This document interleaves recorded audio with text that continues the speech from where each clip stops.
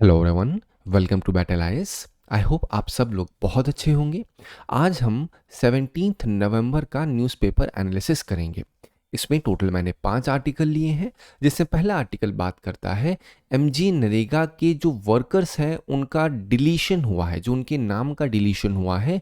ये article discuss करता है कि आखिर यहाँ पे गवर्नमेंट ने क्या रिस्पॉन्स दिया है जो उनका डेटा डिलीट हुआ है, जो उनका नाम डिलीट हुआ है।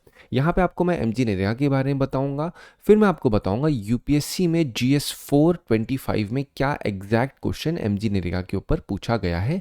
फिर इस केस के बारे में आपसे साथ में डिस्कशन करूंगा प्रॉपर तरीके से। नेक्स्ट आर्टिकल बात करता है इंडियन आर्मी ने अपने 3 नए गैरिसन को सेट किया है इंडिया बांग्लादेश बॉर्डर के पास। अब ये जो बॉर्डर है ये नियर सिलीगुड़ी कॉरिडोर है, जिसे आप लोग चिकन स्नैक भी कहते हैं। मैं बताऊंगा कि इस जो नया गैरिसन सेटअप किया गया है इसकी सिग्निफिकेंस क्या है। चिकन स्नैक के बारे में आपको बताऊंगा, चिकन स्नैक इतना क्रिटिकल क्यों है इंडिया के लिए। फिर आपको रिलेट करूंगा मैं डोकलाम क्राइसिस के साथ। नेक्स्ट आर्टिकल बात करता है प्रेम इनिशिएटिव के ऊपर। ये तमिलनाडु गवर्नमेंट का एक इनिशिएटिव है। मैं बताऊंगा इस इनिशिएटिव का इतना ज़्यादा क्या रेलेवेंस या सिग्निफिकेंस है। नेक्स्ट आर्टिकल बात करता है कॉन्गो में एक कोबाल्ट माइन का जो ब्रिज है उसको कोलैप्सिंग हो गई है। अब ये न्यूज़ में इसलिए क्योंकि ये कोबाल्ट के लिए जाना जाता है कॉन्गो, और इसी से कनेक्टेड जो यूपीएससी में क्वेश्चन पूछा गया है वो मैं डिस्कस करूंगा। साथ ही साथ मैं बताऊंगा ये जो ब्रिज की कोलैप्सिंग हुई है इसके कारण क्या बताए जा रहे हैं और गवर्नमेंट ने क्या रिस्पॉन्स दिया है। नेक्स्ट आर्टिकल बात करता है इंडिया ने कहा है कि भैया हम एक नया नेशनल प्लेटफॉर्म सेट करेंगे। किसके लिए? क्लाइमेट और नेचर फाइनेंस के लिए। पर्टिकुलरली ये बात इंडिया ने कहाँ कही है? जो COP30 बेलम ब्राज़ील में हो रही है वहीं पे इंडिया ने कहा है कि भाई साहब जिस तरीके से ग्रीन क्लाइमेट फंड के ऊपर बात होती है तो हम अब क्या करेंगे, हम एक नेशनल प्लेटफॉर्म बनाएंगे और ये और भी दूसरी कंट्रीज़ के साथ मिलकर बनाया गया है। मैं आपको पूरा आर्टिकल में एक अच्छी खासी अंडरस्टैंडिंग प्रोवाइड करूंगा जिससे आपको समझ में आ सके किस तरीके से जो डेवलपिंग कंट्रीज़ हैं वो क्राइसिस को फेस करती हैं due to the developed countries. GS3 2017 में क्वेश्चन आया है climate change is a global problem, how will India be affected by climate change. तो अब यहाँ पे ग्लोबल प्रॉब्लम्स कही जा रही है किसको? Climate change. तो आप देखेंगे कि ये जो कॉप्स हो रही हैं इसका मेन रीज़न क्या है? क्लाइमेट चेंज जो एक ग्लोबल प्रॉब्लम बन चुका है उसको कैसे टैकल किया जाए। तो उसी में वहाँ पे TFFF के ऊपर बात होती है। मैं एक बार आपको एक अंडरस्टैंडिंग आपको ऑलरेडी प्रोवाइड कर चुका हूँ। आज मैं रिलेट करूँगा कि कैसे ग्रीन क्लाइमेट फंड इस ग्लोबल प्रॉब्लम को टैकल करने में मददगार हो सकता है। इस पूरे आर्टिकल की समरी आप बैटल आईएएस के टेलीग्राम चैनल से डाउनलोड कर सकते हैं। चलिए स्टार्ट करते हैं अपना पहला आर्टिकल। पहले आर्टिकल में बहुत ज़्यादा कुछ सिग्निफिकेंट चीज़ें नहीं है, बट मैं टू द पॉइंट इसलिए बताता हूँ कि यहाँ पे एमजी नरेगा के ऊपर बात हुई है। तब हुआ क्या है, यहाँ पे चीज़ आई है कि बिटवीन 10 से 14 नवंबर के बीच में, 10 अक्टूबर से 14 नवंबर के बीच में अप्रॉक्सीमेटली 27 लाख वर्कर्स का जो डेटा है या उनका नाम जो है डिलीट कर दिया गया है जो आपका एमजी नरेगा का पोर्टल है। कंपैरेटिवली अगर देखा जाए तो ये चीज़ कहीं ना कहीं जो लिब टेक है उन्होंने कहा है कि भैया ये चीज़ अचानक से कैसे इतने बड़े वर्कर्स या इतने बड़े जो लिस्ट है या इतने नेम्स को कैसे डिलीट किया जा सकता है। तो ये चीज़ के बारे में गवर्नमेंट ने अभी तक कोई रिस्पांस नहीं दिया है, वो सिर्फ और सिर्फ यहाँ पे डेटा का डिस्कशन हुआ है। अब जब डेटा का डिस्कशन हुआ है वहाँ पे कुछ फ्लैगिंग जो हुई है वो ये है कि जो डिलीट हुए हैं यहाँ पे इतने डेटा उसमें से 6 लाख डिलीटेड वर्कर्स कहीं ना कहीं एक्टिव शो हुए हैं। दैट मीन्स उन्होंने वर्क किया है एटलीस्ट एक दिन पिछले 3 सालों में।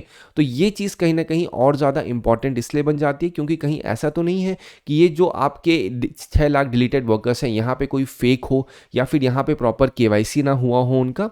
तो ये चीज़ कहीं ना कहीं क्या है, प्रॉब्लम दिखाती है। तो एमजी नरेगा की प्रॉब्लम्स में आप इन चीज़ों को लिख सकते हो जो डेटा की एक बोलते हैं ना एक डिस्पैरिटीज आपको देखने को मिल रही है, डेटा में जो प्रॉब्लम देखने को मिलती है। अब गवर्नमेंट ने इसके रिस्पांस में कोई ऐसी पर्टिकुलर चीज़ नहीं कही है, बट उन्होंने क्या कहा, गवर्नमेंट ने कहा है कि भाई साहब जो 5 साल में जॉब का रिन्यूअल कार्ड होता है या जॉब का रिन्यूअल किया जाता है या जो जॉब कार्ड होता है उसका रिन्यूअल होता है उसकी वजह से डिलीशन हुआ है। वेरिफिकेशन ग्राम पंचायत से जब प्रॉपर नहीं हो पाता तब डिलीशन हो जाता है। बट ये जो अचानक से इतना स्पाइक हुआ है डेटा में उसमें कारण ये बताया गया कि गवर्नमेंट केवाईसी को पुश कर रही है। दैट मीन्स अगर कोई भी एमजी नरेगा का वर्कर है तो उसे फोटो वेरिफिकेशन करना पड़ेगा जो आपका ऐप है।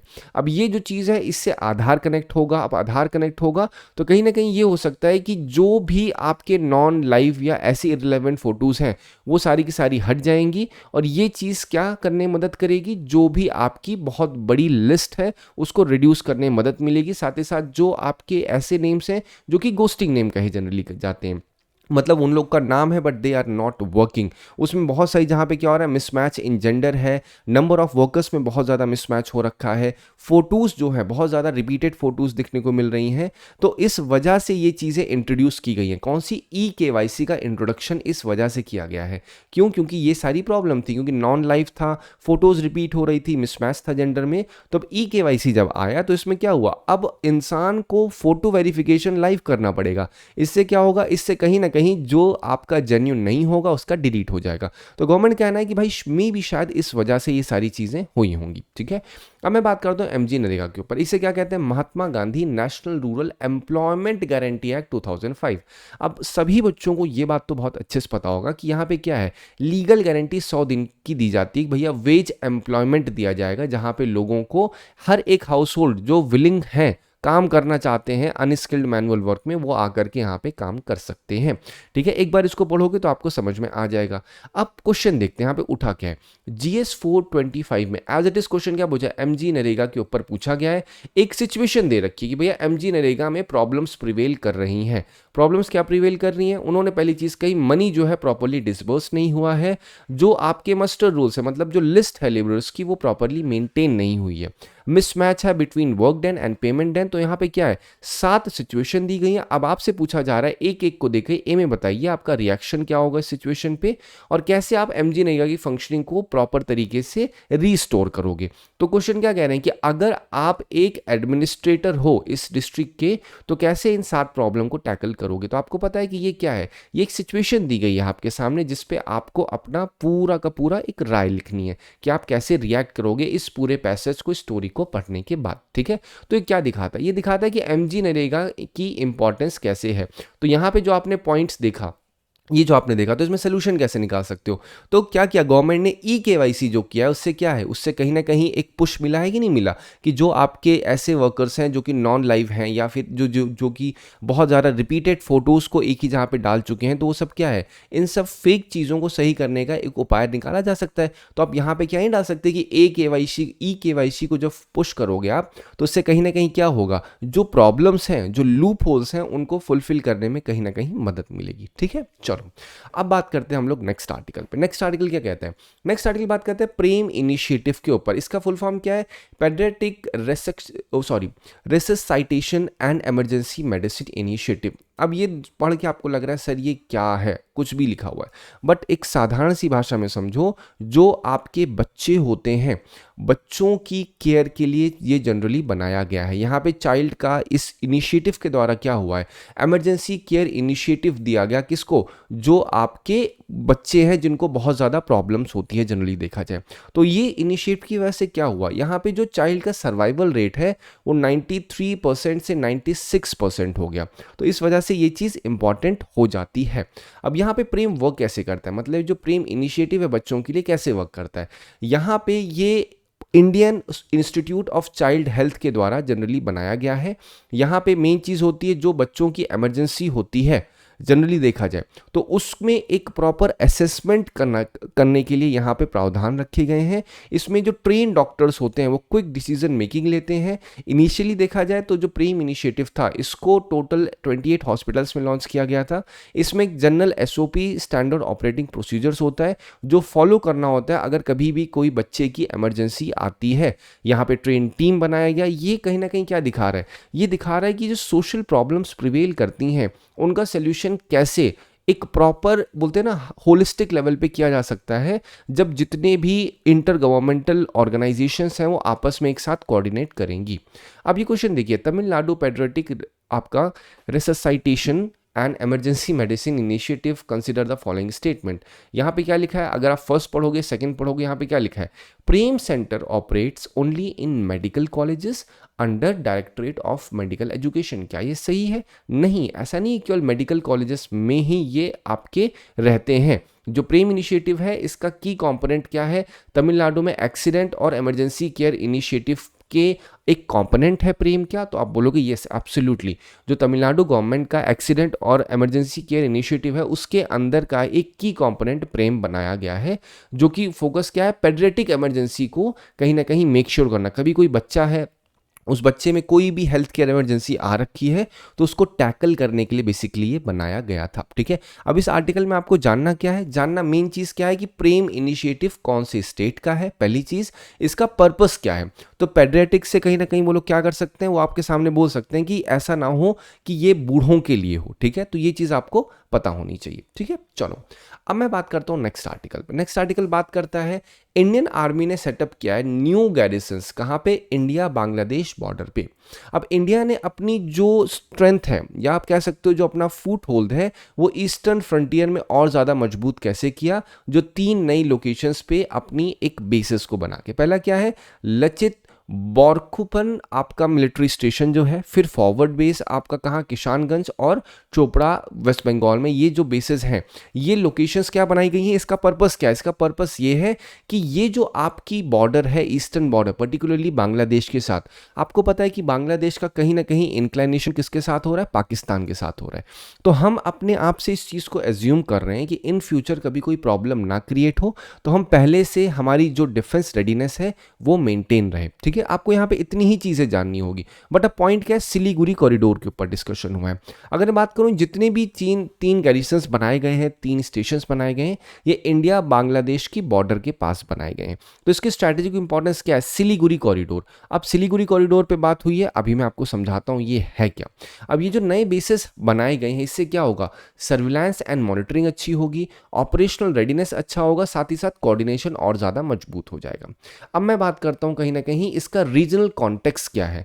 अब रीजनल कॉन्टेक्स्ट ये है कि चाइना का जो रैपिड बॉर्डर इंफ्रास्ट्रक्चर बिल्डअप हो रहा है एलएसी के पास, वो कहीं ना कहीं एक मेजर कंसर्न है। रिसेंटली चाइना ने क्या किया, ट्राइलैटरल टॉक की थी पाकिस्तान बांग्लादेश के साथ कुनमिंग में। तो कहीं ना कहीं ये इंडिया को थोड़ा चिंता भी दे रहा है कि ऐसा ना हो कि इन फ्यूचर कहीं चाइना आ करके या इन तीनों के साथ मिल करके जो हमारे ईस्टर्न फ्लैंक्स हैं या पर्टिकुलरली सिलीगुड़ी कॉरिडोर है उसमें कोई दिक्कत पैदा कर दे। इस वजह से इंडिया का जो ट्राई शक्ति क्रॉप्स है वो अभी भी गार्डिंग पे है सिक्किम के, और जो आपका चिकन स्नैक या सिलीगुड़ी कॉरिडोर है। अब मैं आपको बताऊं चिकन स्नैक है क्या। जैसे आप देख रहे हो, ये आपका इंडिया का मेन लैंड है, ये आपका ईस्टर्न पार्ट। तो यहाँ पे 7 सिस्टर्स आपको देखने को मिला, आप गिनोगे 7 सिस्टर्स है। तो ये जो आपको छोटा सा नैरो थिन लाइन देख रहे हो, ये 22 से 25 किलोमीटर का जो विड्थ है, इसी को हम लोग चिकन स्नैक कहते हैं। क्यों चिकन स्नैक कहते हैं, आप देखो, ये देखो चिकन जा रही है, ये ऐसे, तो ये जो देख रहे हो ये पर्टिकुलरली चिकन स्नैक है, इस वजह से हम लोग कहते हैं। इसको सिलीगुड़ी कॉरिडोर भी कहा जाता है। अब इसको चिकन स्नैक कह रहे हैं, तो अगर कभी भी इस चिकन का जो नेक है उसको अगर पकड़ लिया जाएगा तो बहुत ज़्यादा प्रॉब्लम हो जाएगी पूरी की पूरी बॉडी को। तो ये जो आप देख रहे हो 21 से 22 किलोमीटर का एरिया, यहाँ पे देखो नेपाल बॉर्डर पे है, बांग्लादेश बॉर्डर पे है, तो इस वजह से ज़रूरी हो जाता है ये इसकी ज्योग्राफिकल लोकेशन भी पता होना, और जो जियोपॉलिटिकल कॉन्टेक्स्ट में इसकी सिग्निफिकेंस है वो भी आपको पता होनी चाहिए। अगर बात करूँ जियोग्राफिकल एस्पेक्ट से, तो ये ईस्टर्न हिमालयाज के फुटहिल्स पे आता है। तो ईस्टर्न हिमालयाज की बात होगी तो आपको पता क्या होना चाहिए, जब हिमालयाज ऐसे करके आते हैं, कहाँ पे, जब प्रॉपर वो आपका अरुणाचल प्रदेश में यू टर्न लेते हैं, और वहीं पे ब्रह्मपुत्र रिवर भी यू टर्न लेती है। तो क्वेश्चन होता है यू टर्न क्यों लेते हैं, तो आप बोलोगे सिंटैक्सियल बेंडिंग की वजह से हिमालयाज में यू टर्न आ जाता है। तो ये क्वेश्चन बेसिकली उसी के ऊपर है। ठीक है, चलो अब हम लोग बात करते हैं, नहीं यहाँ पे मैं आपको एक चीज़ और समझाता हूँ इन डिटेल जा करके। देखिए हुआ क्या था, आपने देखा कि भैया ये आपका चिकन स्नैक का, एक सेकेंड, ये आपका चिकन स्नैक का एरिया है। ठीक है, मान लेते हैं यहाँ पे चिकन स्नैक है। अब थोड़ा ध्यान दोगे आप तो यहाँ पे क्या दिखेगा, यहाँ पे भूटान दिखेगा, यहाँ पे आपको सिक्किम दिखेगा। ठीक है, अब यहाँ पे चुम्बी वैली है। चुम्बी वैली जो है कहीं ना कहीं चाइना जो है उसको कंट्रोल करता है, वो आपका सदर्न पार्ट में आपको देखने को मिलेगी। जो आपका आप ट्राइबल रीजन्स देखोगे या फिर आप जनरली देखोगे तिब्बत का रीजन, तिब्बत का जो सदर्न रीजन है वहाँ पे देखने को मिलेगी। वो ट्राइबल नहीं है बल्कि वो तिब्बत का रीजन है। ठीक है, अब हुआ क्या था, यहाँ पे जो डोकलाम का रीजन आप देखते हो, डोकलाम बेसिकली प्लेट्यू है जो कि भूटान में था। अब हुआ क्या था यहाँ पे कि भाई ये डोकलाम ऐसे जा रहा है, यहाँ पे चुम्बी है, तो अब यहाँ पे चाइना ने क्या किया, यहाँ से इन्होंने रोड बनाना शुरू कर दिया। अब ये हमारा मान लो एक्स पॉइंट कौन सा है, ये पॉइंट है हमारा चिकन स्नैक। तो अगर चाइना ने ये चीज़ ऊपर तक बना ली होती और यहाँ एक्स पॉइंट पे, सॉरी ये वाई पॉइंट पे पहुँच गए होते, तो आप सोच के देखो, डायरेक्टली मॉनिटर करते चिकन स्नैक को। मतलब ये जो हमारा चिकन का गला है इसको डायरेक्टली मॉनिटर किया जा सकता था। अगर आप थोड़ा ध्यान से देखेंगे तो ये जो देख रहे हो ना बेटा, ये एरिया, यहाँ पे आपको डोकलाम देखने को मिलेगा। तो अगर इस प्लेट्यू या फिर ये जो आपका इलाका है इसके ऊपर चढ़ गए होते तो यहाँ से डायरेक्टली कंट्रोल यहाँ पे होता, तो वहाँ से मिसाइल लॉन्च हो सकती है, कोई भी अटैक किया जा सकता था इंडिया के ऊपर। लेकिन इंडिया ने क्या किया, इंडिया भूटान की जो ट्रीटी है 2007 की, उसके अनुसार इंडिया पार्टिसिपेट करेगा, इंडिया उसको हेल्प करेगा भूटान को कभी भी कोई भी सिक्योरिटी क्राइसिस होगी। तो जब चाइना ने बनाना शुरू किया तो इंडिया ने इंटरवेंशन किया। ये इंडिया का कॉन्फ्लिक्ट पर्टिकुलरली नहीं देखा गया, लेकिन इंडिया का जो इंटरेस्ट था वो वहां पे छुपा हुआ था। इस वजह से इंडिया ने जा करके मदद की भूटान की और ये होने से बचा है। लेकिन अब चाइना क्या कर रहा है, चाइना बाईपास करके दूसरी कंट्रीज के साथ मिला, जैसे बांग्लादेश देख रहे हो आप, और क्या करेगा वो बांग्लादेश नेपाल के साथ मिलके या फिर जो आपका पाकिस्तान का ट्राइलेटरल नेक्सस करके वो एक ऐसी सिचुएशन क्रिएट करना चाहते हैं इंडिया के लिए, जिससे कहीं ना कहीं जो इंडिया का मेन बॉर्डर है या नॉर्थ ईस्टर्न रीजन है, जिसको चाइना कहीं ना कहीं अपना भी कहता है, नॉर्थ ईस्टर्न रीजन में अरुणाचल प्रदेश में तो कहीं ना कहीं क्लेम करता ही है। तो इस वजह से चाइना की जो सॉवरिटी है वो सॉवरिटी अपनी वो क्लेम करते हैं इंडिया में भी। तो ये अगर कोई भी कंट्री अपनी सॉवरिटी किसी दूसरी सॉवरिटी में मेंटेन करेगा या फिर क्लेम करेगा तो ये कहीं ना कहीं हिंड्रेंस होगा, नहीं होगा, ये कहीं ना कहीं इंडिया की खुद की जो सॉवरिटी रहेगी उस पर भी बहुत ही सीवियर इंपैक्ट डालता है। तो इस वजह से ज़रूरी हो जाता है कि इंडिया भी उसको एड्रेस करने के लिए प्रॉपर स्टेप्स उठाए। तो जो 3 गैरिसन्स बने हैं इसका क्या उद्देश्य रहेगा, ये कहीं ना कहीं सेफगार्ड करने में मदद करेंगे। ठीक है, चलो अब बात करते हैं नेक्स्ट आर्टिकल पे। एक ब्रिज है, एक कोबाल्ट माइन है, ठीक है, कहाँ पे, लुआलाबा प्रोविंस में, डेमोक्रेटिक रिपब्लिक ऑफ कॉन्गो में, जिससे 22 वाइल्ड कैट मतलब इलीगल माइनर्स जो होते हैं, वाइल्ड कैट कहा जाता है इलीगल्स को, तो ये कहीं ना कहीं इनकी डेथ हो गई है। अब ये कहाँ पे है, डेमोक्रेटिक रिपब्लिक ऑफ कॉन्गो में। कौन सी माइन, कोबाल्ट माइन में। अब इसका कोलैप्स का कॉज क्या कहा जा रहा है, तो ये जो साइट थी जहाँ पे कोबाल्ट निकाला जाता है इसको फॉर्मली बैन कर दिया गया था। लेकिन अब क्या हुआ था, बैन करने के कारण ये बताया गया था हैवी रेन है और यहाँ पे लैंडस्लाइड के रिस्क थे। लेकिन इस बैन के बावजूद भी जो माइनर्स, वाइल्ड कैट माइनर्स थे, वो कहीं ना कहीं यहाँ पे गए और उन्होंने माइनिंग करना स्टार्ट किया, जिसकी वजह से कोलैप्स हुआ ब्रिज और इनकी डेथ हो जाती है। ये न्यूज़ यहाँ तक की है। अब मैं यहाँ पे आपको एक्सटेंड करके बताता हूँ कि जो आपका कॉन्गो है, डेमोक्रेटिक रिपब्लिक ऑफ कॉन्गो है, उसके पास दुनिया का 70% वर्ल्ड का कोबाल्ट रिजर्व देखने को मिलेगा। अब अगर आप ध्यान दोगे, जो इलेक्ट्रिक व्हीकल्स की बैटरीज होती है उसमें कोबाल्ट का बहुत इस्तेमाल होता है। लैपटॉप में, मोबाइल फोन्स में, हर जगह पे कहीं ना कहीं क्या दिखता है, आपको कोबाल्ट देखने को मिलेगा।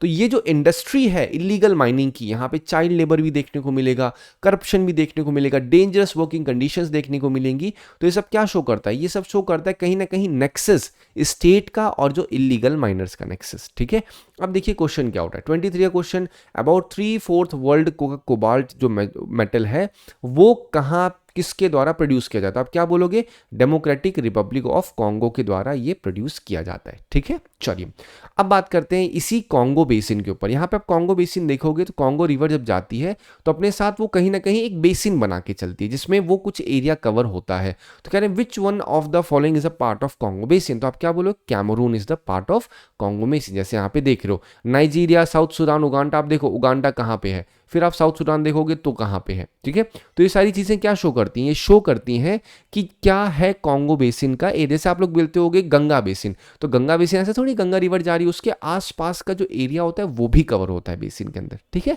चलो अब बात करते हैं हम लोग नेक्स्ट आर्टिकल पे।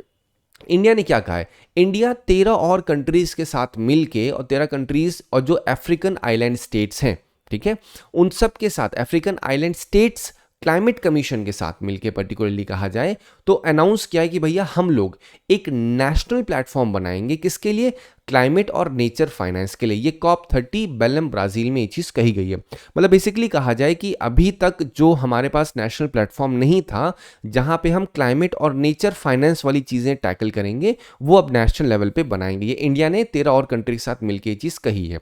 अभी जो प्लेटफॉर्म बनेगा नेशनल लेवल पर, ये क्या करेगा, ये कोऑर्डिनेट करेगा ग्रीन क्लाइमेट फंड्स के साथ।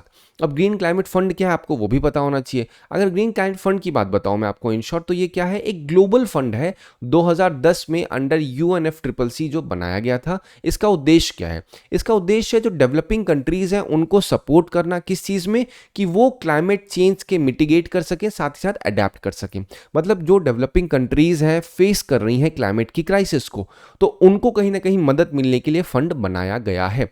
ऑपरेशनल 2015 में किया गया था। इसमें इसमें इंडिया को भी कहीं ना कहीं सपोर्ट काफ़ी मिला है। ठीक है, इंडिया को भी फंडिंग मिली है जीसीएफ के द्वारा। अब इंडिया कह रहा है कि भैया हम एक नया कंट्री प्लेटफॉर्म बनाएंगे। इंडिया तो पहले से फंडिंग हो रहा है, अब इंडिया ने ये क्यों कहा है कि हम एक नया प्लेटफॉर्म बनाएं, क्योंकि इंडिया अवॉइड करना चाह रहा है फ्रैगमेंटेड अप्रोच। ये नहीं होना चाहिए कि भैया जीसीएफ से फंडिंग आ रही है तो ये एक्स जहां पे आएगी, अब अगर एक और फाइनेंस बना है TFF वाला, वहां से फंडिंग आएगी तो वाई जहां आएगी। तो ये सारी चीजें ना हो, एक इंटीग्रेटेड प्लेटफॉर्म बनेगा भैया, ये एक्स वाई मिला करके, और ये जितना भी नेचर फाइनेंस के ऊपर बात होगी ग्लोब में, वो हैंडलिंग कौन करेगा, ये आपका जो नेशनल लेवल पे प्लेटफॉर्म बनाया जाएगा। ठीक है, अब आप देखते हैं जीसीएफ की फंडिंग कहाँ कहाँ इंडिया में हुई है। Water, clean energy, transport, coastal system, MSME, इन सब जहां पे कहीं ना कहीं क्या है, ग्लोबल क्लाइमेट फंड की फंडिंग कहीं ना कहीं देखिए को या देखने को मिली है।